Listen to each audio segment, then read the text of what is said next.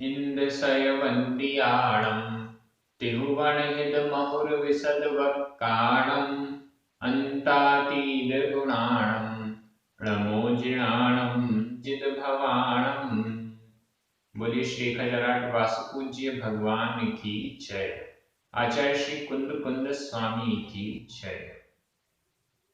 हम सभी बड़े सौभाग्यशाली हैं जो हमें आचार्य कुंद कुंद स्वामी का महान ग्रंथ पंचाशनिकाय अध्ययन के लिए मिल रहा है।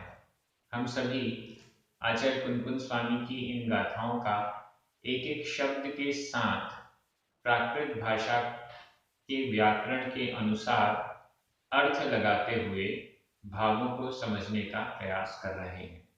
आज हम दो गाथाओं का अध्ययन करेंगे, क्रमशः गाथा क्रमांक 91 और 92।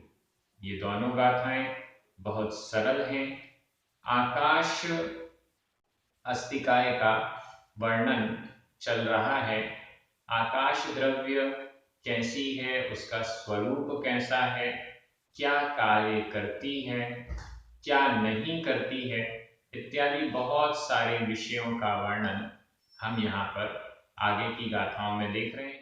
प्रारंभ करते हैं गाथा क्रमांक 91। उच्चारण।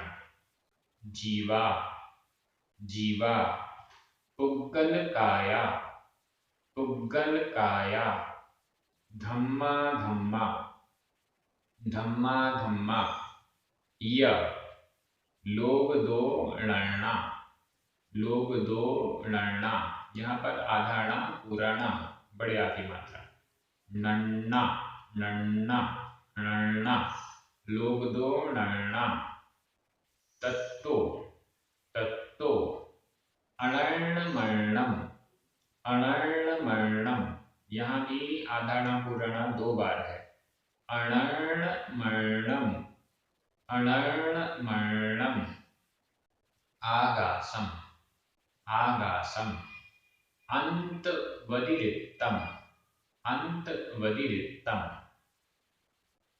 जीवा पुग्गलकाया जीवा पुग्गलकाया, धम्मा धम्माय लोग दो णना धम्मा धम्माय लोग दो णना, तत्तो अणर्णमर्णम तत्तो अणर्णमर्णम, आगासम अंतवदिरिक्तम आगासम अंतवदिरिक्तम। थोड़े से यहाँ पर शब्द ण वाले हैं और अक्सर उच्चारण करने में जब ये संयुक्त रूप से आ जाते हैं तो थोड़ा सा परेशानी होती है, लेकिन फिर भी थोड़ी सी आप प्रैक्टिस करेंगे तो उच्चारण भी ठीक हो जाएगा। आकाश के बारे में वर्णन प्रारंभ हुआ था पिछली गाथा से। यहाँ पर इस गाथा में स्पष्ट किया जा रहा है कि अन्य द्रव्यों का आकाश के साथ क्या संबंध है। देखिएगा शुरू में जीवा, जीव, जीवा यहाँ पर बहुवचन है, तत्माद विभक्ति का बहुवचन, जीवा जीव, सभी जीव। पुद्गल काया, पुद्गल काय, समस्त पुद्गल, सभी जीव, सभी पुद्गल। धम्मा धम्माय, धम्मा धम्माय और धम्मा धम्मा, संधि विच्छेद कर लीजिए। धम्म मा में छोटा अ और अधम्म छोटा अ दोनों मिलकर बड़ा अ हो गए, धम्म अधम्म, तो हो गया धम्मा धम्मा। धर्म और अधर्म, धर्म द्रव्य और अधर्म द्रव्य। धर्म द्रव्य भी एक होता है, अधर्म द्रव्य भी एक होता है, लेकिन यहाँ पर धर्म और अधर्म द्रव्य को एक साथ लिखा हुआ है, इसलिए यह बहुवचन में हो गया, ऐसा हमें समझना चाहिए। धम्मा धम्मा, जीव, समस्त जीव, पुद्गल, सभी पुद्गल, धर्म द्रव्य और अधर्म द्रव्य। यहाँ पर और शब्द, यह शब्द आया है, इससे हमें अन्य द्रव्य भी ले लेनी है। एक द्रव्य बच गई, काल द्रव्य। तो काल द्रव्य को भी हमें यह शब्द से ले लेना है। अभी तक काल द्रव्य का वर्णन प्रारंभ नहीं हुआ है। धर्म और अधर्म अस्तिकाय के वर्णन के बाद क्रम आकाश द्रव्य पर आया है। तो यहाँ पर इसलिए काल द्रव्य का भले ही नाम उल्लेख न किया हो, लेकिन यह शब्द से हमें ग्रहण कर लेना है। ये सभी द्रव्य कैसी हैं? लोभ दो णर्णा, लोभ दो णर्णा, इसका भी संधि विच्छेद देखना जरूरी है। लोभ दो प्लस अणर्णा, अणर्णा अ यहां पर निकलेगा। लोभ दो अणर्णा, यहां लोभ दो में ओ की मात्रा आ गई और इसके बाद फिर छोटा अ आया है, इसका लोप हो गया है। यह भी संभव था कि इस अ को दिखाने के लिए यहाँ पर अवग्रह का चिन्ह लग जाता। ये अवग्रह का चिन्ह लगाना या नहीं लगाना, ये तो संपादक की इच्छा है, मर्जी है।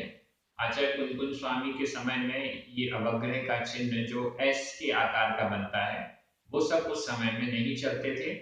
और निश्चित रूप से जो टीकाकार हैं, आचार्य अमृतचंद्र स्वामी या आचार्य जय सिंह स्वामी, उनके समय तक भी इस अवग्रह के चिन्ह का प्रचलन प्रारंभ नहीं हो पाया होगा, ऐसा मुझे लगता है, क्योंकि अवग्रह का चिन्ह काफी बाद का है और हम सभी की सहूलियत के लिए संस्कृत और प्राकृत आदि भाषाओं में लगना शुरू हुआ।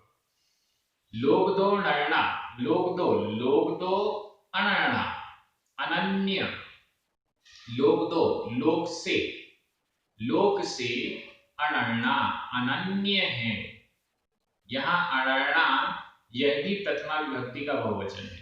जीवा, पुगलकाया, धम्मा धम्मा और अनर्णा ये सभी प्रथमा विभक्ति के बहुवचन हैं। लोक दो लोक से अनन्य हैं। ये सभी द्रव्य लोक से अनन्य हैं। लोक से मतलब लोकाकाश से, लोकाकाश से अनन्य हैं। अनन्य है मतलब लोकाकाश में ही रहते हैं, लोकाकाश से बाहर अनन्य हैं, अन्य नहीं हैं। लोकाकाश से बाहर नहीं होते हैं, लोकाकाश में ही व्याप्त होते हैं, लोकाकाश में ही रहते हैं, ऐसा समझना चाहिए। पिछली गाथा में बताया गया लोकाकाश में इनको अवकाश का स्थान है, रहने का स्थान है। अब इस गाथा में बता दिया कि ये लोकाकाश से अनन्य हैं, लोकाकाश से बाहर नहीं रहते हैं, लोकाकाश के अंदर ही रहते हैं। ऐसा हमें इससे लोभ दो अनर्णा इससे समझना चाहिए। और क्या? तत्तो उससे अनर्णमर्णम, अनर्णमर्णम, ये और इसका भी संधि विच्छेद देख लीजिए। अनर्णम अधम, अर्णम, अनर्णम अर्णम, अनर्णम अनन्य, अन्नम अन्य। तत्तो उससे अनन्य और अन्य, उससे किससे? जो ऊपर बताया गया लोक से, उस लोक से जो अनन्य भी है और अन्य भी है, उस लोकाकाश से जो अनन्य है और अन्य भी है, मतलब अनन्य भी है, भिन्न भी है, और अनन्य है, अभिन्न है, और अन्य है यानी भिन्न है, अभिन्न भी है और भिन्न भी है। उस लोकाकाश से जो अनन्य, अभिन्न भी है और अन्य भिन्न भी है, ऐसा आकाशम, आकाश होता है। आकाश कैसा है? आकाश, पूरा आकाश एक है। वह आकाश, इसकी व्याख्या हमने कल की थी। आकाश पूरा एक है और जितने भाग में जीव आदि द्रव्य रहते हैं वह लोकाकाश है, और उससे बाहर का जो हिस्सा है वो अलोकाकाश है। तो इस दृष्टि से लोकाकाश की अपेक्षा आकाश द्रव्य अनन्य भी है और अन्य भी है। दोनों बातें हैं यहाँ पर। अनन्य क्यों है? क्योंकि पूरा आकाश एक है, इसलिए लोकाकाश और आकाश ये अन्य नहीं है, इनमें कोई भेद नहीं है। और दूसरा, लोकाकाश और आकाश, लोकाकाश में तो ये 6 द्रव्य पाई जाती हैं, लेकिन आकाश में मतलब लोकाकाश के बाहर वाले हिस्से में, लोकाकाश के अलावा वाले हिस्से में बाकी ये 6 द्रव्य नहीं पाई जाती हैं। इस दृष्टि से वह अन्य भी है। आचार्य कुंकुन स्वामी लगभग प्रायः हर अधिकार में ऐसे कुछ शब्दों का प्रयोग कर रहे हैं जो कि स्पष्ट रूप से स्यादवाद को प्रकट करता है, अनेकांत को प्रकट करता है। अन्य भी है, अनन्य भी है, भिन्न भी है, अभिन्न भी है, और यह पूरा प्रकरण इसी प्रकार से हमें मिल रहा है। अन्य क्यों है और अनन्य क्यों है, अलग क्यों है और अलग क्यों नहीं है। आकाश पूरा एक द्रव्य है, इसलिए अलग नहीं है, लेकिन लोकाकाश में ये द्रव्य होती हैं, अलोकाकाश में नहीं होती हैं, इसलिए लोकाकाश और अलोकाकाश ये दोनों भिन्न भिन्न हैं, अलग अलग है। अस्तित्व की अपेक्षा से आकाश द्रव्य पूरा एक द्रव्य है, लेकिन जितने स्थान में ये द्रव्य हैं वो लोकाकाश, और जितने में नहीं है वो अलोकाकाश। इस दृष्टि से दोनों भिन्न भिन्न हैं, अलग अलग हैं। आकाश द्रव्य के 2 टुकड़े हो गए हैं ऐसा नहीं है। उदाहरण देता हूं मैं, एक ब्लैक बोर्ड है, उस ब्लैक बोर्ड में थोड़े से हिस्से में हमने चौक से उसको भर दिया, चौक से हमने एक हिस्सा, एक कोना उसका भर दिया। अब वह जो कोना है, वह हिस्सा है, वो एक हिस्सा हो गया जो कि सफेद है, शेष उसका भाग जो है वो काला है। तो ब्लैक बोर्ड के 2 हिस्से हो गए, एक सफेद वाला भाग और एक काला वाला भाग। लेकिन ब्लैक बोर्ड तो एक ही है, ब्लैक बोर्ड के टुकड़े नहीं हुए हैं। सफेद वाला ब्लैक बोर्ड अलग हो गया हो, काला वाला ब्लैक बोर्ड अलग हो गया हो, ऐसा नहीं है। ब्लैक बोर्ड तो एक ही है, लेकिन जितने हिस्से में चौक से लिखा गया है उस हिस्से को हम सफेद कह रहे हैं, शेष हिस्से को हम काला कह रहे हैं। ऐसे ही आकाश द्रव्य एक ही है, उसके टुकड़े नहीं हैं, पूरा एक द्रव्य है। जितने हिस्से में ये 6 द्रव्य जीव उत्कल आदि पाई जाती हैं वह लोकाकाश कहलाता है, और शेष अलोकाकाश है। यह आकाश कैसा है, तो अंतिम विशेषण दे रहे हैं अंतवदिरिक्तम। अंतवदिरिक्तम, अंत से वदिरिक्त व्यतिरिक्त रहित, अंत से रहित आयासम आकाश है। आकाश अंत से अतिरिक्त व्यतिरिक्त रहित है, अंत से रहित है मतलब अनंत है। आकाश हर दिशा में अनंत है, ऊपर नीचे, उत्तर दक्षिण पूर्व पश्चिम, किसी भी दिशा में अनंत है, उसका कोई और छोर नहीं है, उसकी कोई लिमिट नहीं है, हर दिशा में अनंत है। लोकाकाश की तो लिमिट है, जितने स्थान पर ये सभी द्रव्य रहते हैं उसकी तो लिमिट है, उसकी बाउंड्रीज हैं। 3 लोक का जो नक्शा है वह लोकाकाश हुआ, उसकी लिमिट है, उसका नाप है, वो 14 राजू लंबा है, 343 घन राजू प्रमाण है, ये उसका एरिया है। और इसकी सारा वर्णन हमारे जैन शास्त्रों में, प्राकृत के ग्रंथों में हमें मिलता है।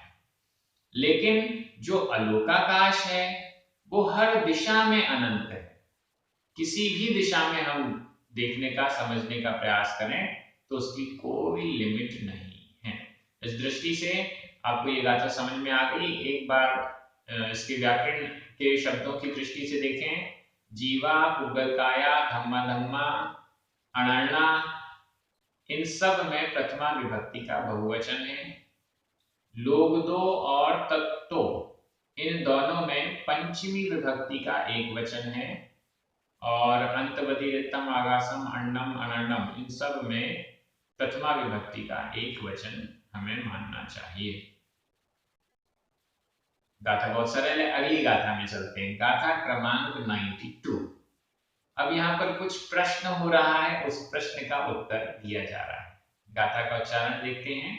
आयासम, आयासम, अवगासम, अवगासम, गमन ठिदी, गमन ठिदी, आधा ठ छोटी ई की मात्रा, गमन ठिदी, कारणेहिम, कारणेहिम, देदी, देदी, जदि, जदि, उड्ढम, उड्ढम, आधा ढ बिंदी, उड्ढम, गदिपधाना, गदिपधाना, आधा प पूरा प, गदिपधाना, सिद्धा। ये उड्ढम गदिपधाना ये पूरा एक शब्द है, समासित पद है। उड्ढम गदिपधाना, सिद्धा। चेट्ठन्ति, चेट्ठन्ति, आधा ट ठ बिंदी, चेट्ठन्ति, किह, तत्थ, तत्थ। आयासम अवगासम, आयासम अवगासम, गमनठिदि कारणैः देदि जदि, गमनठिदि कारणैः देदि जदि, उड्ढं गदिपधाना, उड्ढं गदिपधाना, सिद्धा चेट्ठन्ति किह तत्थ, सिद्धा चेट्ठन्ति किह तत्थ। बहुत सुंदर, बहुत सरल, अच्छी गाथा है। आयासम प्रश्न पूछा गया है, ऊपर वाली लाइन में प्रश्न है और नीचे वाली लाइन में उसका उत्तर है, समाधान है। आयासम आकाश, यदि, लास्ट में पहली लाइन के अंत में लिखा है यदि, यदि, यदि, यदि ऐसा हो तो क्या होगा। यदि, यदि, यदि, आयासम आकाश, अवगासम अवकाश, देदी देता है। यदि, यदि, आयासम आकाश, आकाश द्रव्य, अवगासम अवकाश को, स्थान को, देदी देता है। आकाश स्थान देता है, स्थान देता है मतलब सभी जीव और उद्गतों को, सभी द्रव्यों को रहने का स्थान देने में वो समर्थ है। तो वह आकाश जो है अवगासम अवकाश को, स्थान को देता है। कैसे देता है? मान लीजिए गमन ठिदी कारणेहिम, गमन ठिदी कारणेहिम, गमन और स्थिति का कारण के साथ, गमन और स्थिति के कारण के साथ यदि वो अवकाश भी देता है। वैसे तो कहा गया कि आकाश द्रव्य सभी द्रव्यों को अवकाश देता है, स्थान देता है, लेकिन यहाँ प्रश्न पूछा जा रहा है कि अवकाश तो देता ही है, गमन और स्थिति का कारण भी हो जाए तो क्या दिक्कत है? प्रश्न आपको क्लियर हो रहा होगा। आकाश द्रव्य स्थान तो देता ही है, अब स्थान देने के साथ में अगर गमन और स्थिति का कारण भी हो जाए तो क्या दिक्कत, तो क्या समस्या, यह प्रश्न आ रहा है। यदि, यदि आयासम आकाश गमन ठिदी कारणे ही, गमन और स्थिति के कारणों से सहित, यहाँ कारणेहिम तृतीया विभक्ति का बहुवचन है। तृतीया विभक्ति का बहुवचन होने के कारण यहाँ पर सह यानी साथ के योग में तृतीया विभक्ति होती है। सह शब्द यहाँ पर उपयोग में नहीं आया है, उसको अध्याहार से हमें ले लेना है, ऑटोमेटिक ले लेना है। तो गमन और स्थिति के कारणों से सहित अवगासम अवकाश को, स्थान को देदी देता है। यदि हम ऐसा मान लें तो क्या होगा? आप हमें स्थान तो देते ही हो, गमन और स्थिति का कारण भी हो जाइए, तो क्या प्रॉब्लम है? ये प्रश्न हुआ। इसका समाधान नीचे वाली लाइन में। तो इससे क्या प्रॉब्लम होगी अगर हम ऐसा माने? भाई हमें अगर आकाश द्रव्य से ही गमन और स्थिति हो जाए तो धर्म द्रव्य और अधर्म द्रव्य की जरूरत ही नहीं पड़ेगी। धर्म द्रव्य और अधर्म द्रव्य के बिना भी काम चल जाएगा। 6 की जगह 4 द्रव्य हो जाएंगी। इतना ज्यादा पढ़ना नहीं पड़ेगा कि धर्म द्रव्य का ये स्वरूप, अधर्म द्रव्य का ये स्वरूप। तो एक काम कीजिए ना, गमन और स्थिति वाला जो गमन और स्थिति में कारण होने वाला जो गुण है वो भी आकाश को दे दीजिए। तो इससे क्या प्रॉब्लम होगी? ऊर्ध्वम गति प्रधाना सिद्धा। ऊर्ध्वम ऊर्ध्वम ऊर्ध्व, गति गति, प्रधाना प्रधान, ऊर्ध्व गति ही जिसकी प्रधान है, ऊपर की ओर गमन करना ही जिनका प्रधान गुण है, ऐसे सिद्धा, सिद्ध भगवान। वैसे सिद्ध भगवानों के तो अनंत गुण हैं और उनमें गति, गमन करना ये प्रधान गुण है। ये तो हमने अभी तक कभी नहीं पढ़ा। सिद्धों के गुणों में अनंत दर्शन, अनंत ज्ञान, अनंत सुख, अनंत वीर्य, इन सबको प्रधान कहा गया। लेकिन देखिएगा यहाँ प्रकरण चल रहा है गमन और स्थिति का, इसलिए यहाँ पर गति को प्रधान कहा गया। कौन सा गुण कब प्रधान है और कब अप्रधान है, ये भी तो समझने की बात है। जब पूरा प्रकरण गमन और स्थिति का है तो फिर ज्ञान गुण प्रधान, दर्शन गुण प्रधान, ये सब कहने की जरूरत नहीं है। वहां फिर कहा जा रहा है ऊर्ध्व गति जिसमें प्रधान गुण है, ऐसे सिद्ध भगवान। तो ये भी हमें देखना होगा कि किस समय कौन सा गुण प्रधान है, किस समय कौन सा शब्द उपयोगी है। आचार्य गण जो ग्रंथ लिखते हैं वो पूरा सोच समझकर एक एक शब्द लिखते हैं। उनका एक एक शब्द बहुत विचारपूर्ण होता है। तो यहाँ पर सिद्धों का जो विशेषण दिया वो क्या? ऊर्ध्वम गति प्रधाना, ऊर्ध्व गति जिनमें प्रधान है, प्रमुख है, ऊर्ध्व गमन स्वभाव वाले, ऊर्ध्व गमन ही प्रधान गुण है जिनमें ऐसे सिद्धा, ऐसे सिद्ध, सिद्ध जीव, ऐसे सिद्ध भगवान चेठन्ति, किह तथ्य, तथ्य यानी वहां पर, तथ्य वहां पर, किह कैसे, किह कैसे, चेठन्ति चेष्टा करते हैं, कैसे गमन करते हैं। अगर आप यह कह दो कि आकाश द्रव्य ही गमन और स्थिति में कारण है, तो फिर प्रश्न ये उठता है कि तथ्य वहां पर लोक के अंत भाग में, जो 3 लोक का नक्शा है उसके सबसे ऊपर वाले हिस्से में, लोक के अंत भाग में जो 3 लोक का नक्शा हुआ उसमें जो सबसे ऊपर वाला ये भाग है, इस अंत भाग में सिद्ध भगवान जाके ऊर्ध्वगमन किया और सिद्ध भगवान जाके यूं रुक गए। अब ये जो सिद्ध भगवान वहां पर चेठन्ति चेष्टा करते हैं, रुकते हैं, ठहरते हैं, वो ठहरना कैसे होगा? अगर कोई लिमिट नहीं है तो वो ठहरे क्यों? अगर आकाश द्रव्य ही गति और स्थिति का कारण है तो सीधे उनको आकाश द्रव्य के कारण और ऊपर चले जाना चाहिए, लेकिन ऐसा नहीं है। धर्म द्रव्य और अधर्म द्रव्य जहां तक हैं वहीं तक सिद्धों का गमन और ठहराव हो सकता है, उससे आगे नहीं हो सकता है। इसलिए अगर हम आकाश द्रव्य को ही गमन और स्थिति में कारण मानते तो फिर लोकाकाश और अलोकाकाश का विभाग होना संभव नहीं था। तो फिर सिद्ध भगवान जो लोक के अंत भाग में जाकर रुक जाते हैं, उनका रुकना संभव नहीं था। फिर वो अनंत आकाश में गमन करते रहते, ऊपर ऊपर ऊपर ऊपर, अनंत काल तक अनंत आकाश में गमन होता रहता। इस दृष्टि से आकाश द्रव्य केवल स्थान देता है, गति और स्थिति का कारण नहीं होता है।